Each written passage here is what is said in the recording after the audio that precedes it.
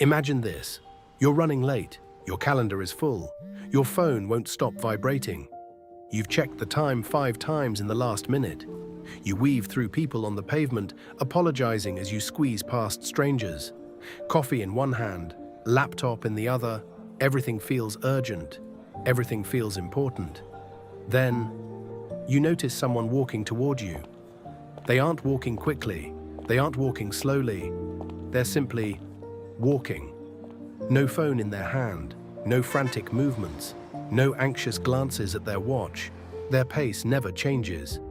And somehow, people move out of their way, without asking, without saying a word.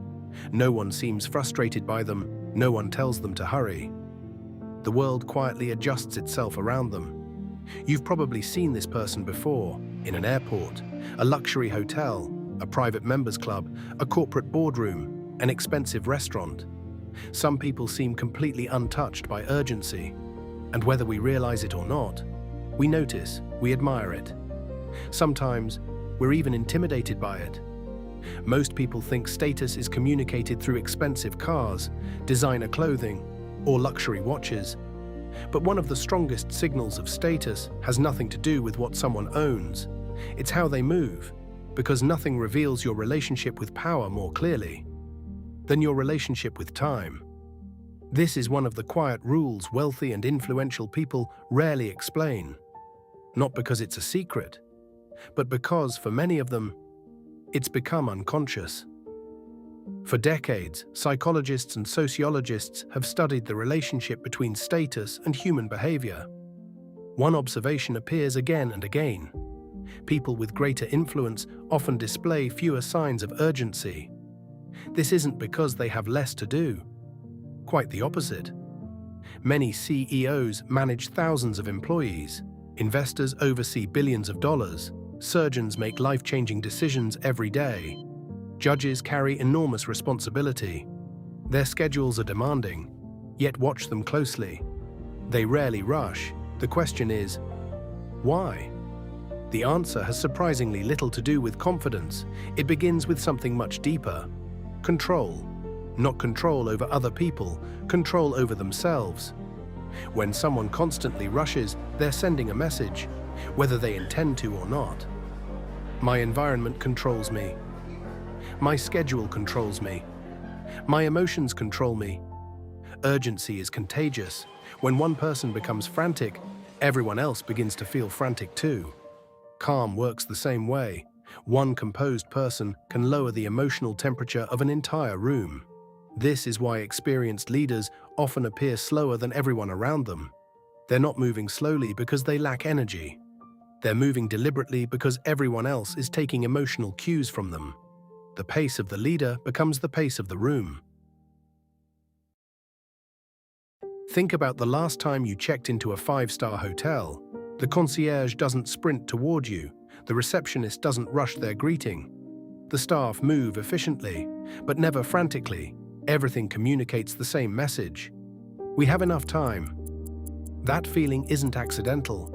Luxury has always been associated with abundance. Not only an abundance of money, but an abundance of time. Contrast that with a crowded commuter train. Everyone is looking at the clock, walking faster, checking notifications, waiting impatiently. The atmosphere itself feels different. Scarcity creates speed, abundance creates calm, and humans instinctively read those signals. The French sociologist Pierre Bourdieu described something remarkably similar. He argued that status isn't simply about wealth. It's expressed through what he called habitus, the deeply learned habits that shape how we move through the world, how long we pause before speaking, whether silence feels uncomfortable, whether we interrupt, whether we appear rushed. These behaviors become so deeply embedded, they stop feeling like choices. They simply become who we are. Children raised in environments where time is constantly scarce often learn urgency without realizing it. Children raised in environments where schedules are controlled rather than endured often learn something else: patience. Neither child consciously chooses these behaviors. They inherit them, then carry them into adulthood. Watch what happens in an executive meeting. The most junior employee often speaks first. trying to prove they're prepared, trying to demonstrate value, trying not to waste anyone's time. Then the senior executive speaks, usually after everyone else, often more slowly, with fewer words, longer pauses. Silence doesn't make them uncomfortable, because they don't feel pressured to earn attention. They already have it. Power rarely competes for attention. It assumes attention will come. This is where many people misunderstand prestige. They copy the visible symbols, the tailored suit, the luxury watch, the expensive shoes, but they keep the invisible habits of scarcity. Speaking too quickly, walking too quickly, apologizing too quickly, explaining too much, trying to fill every silence, trying to prove they belong. Ironically, those behaviors often communicate the exact opposite. Prestige isn't built by appearing busy, it's built by appearing in control. None of this means you should deliberately slow every movement, pretend to be someone you're not, or perform confidence. People can sense performance remarkably quickly. The goal isn't to imitate wealthy people, it's to understand what their behavior communicates. Calm isn't valuable because it looks sophisticated. It's valuable because it allows clearer thinking, better decisions, better listening, better judgment, and those qualities naturally attract trust. The people who appear least rushed are often the people whose attention carries the highest value, because they choose where it goes, instead of allowing the world to choose for them.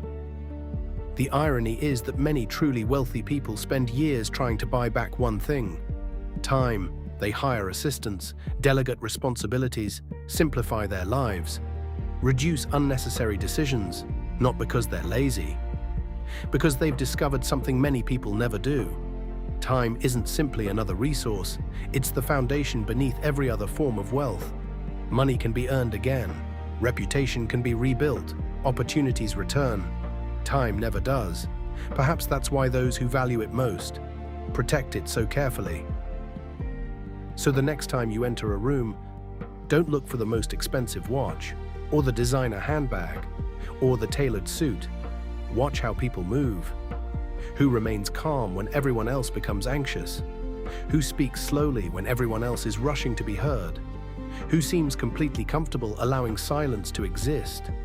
You may discover that status isn't announcing itself through luxury at all. It's revealing itself through pace. Because perhaps the ultimate symbol of wealth was never owning more. Perhaps it was reaching a point where nothing in your life demanded that you hurry. When time stops controlling you, you begin controlling how the world experiences your presence. And that may be the quietest status symbol of them all.